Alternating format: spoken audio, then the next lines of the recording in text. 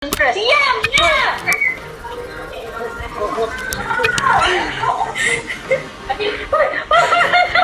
Tak punya sangat.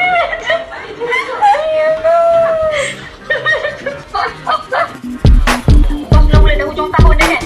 Okey. Sebab yang ni dia buat hire purchase. Hire purchase maksudnya apa? You buat pinjaman. You kena bayar bulan. So bila you bayar bulan-bulan, you kena QE dia dikira berdasarkan bulan-bulan you bayar berapa. Faham? So yang ini hire purchase loan 48,000 excluding interest. Diam! Diam!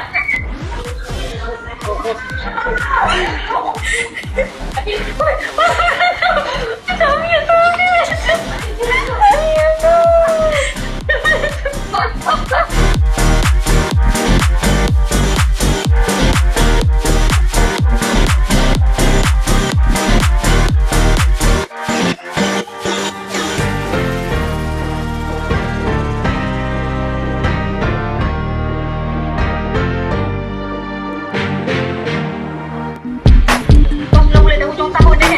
Okey.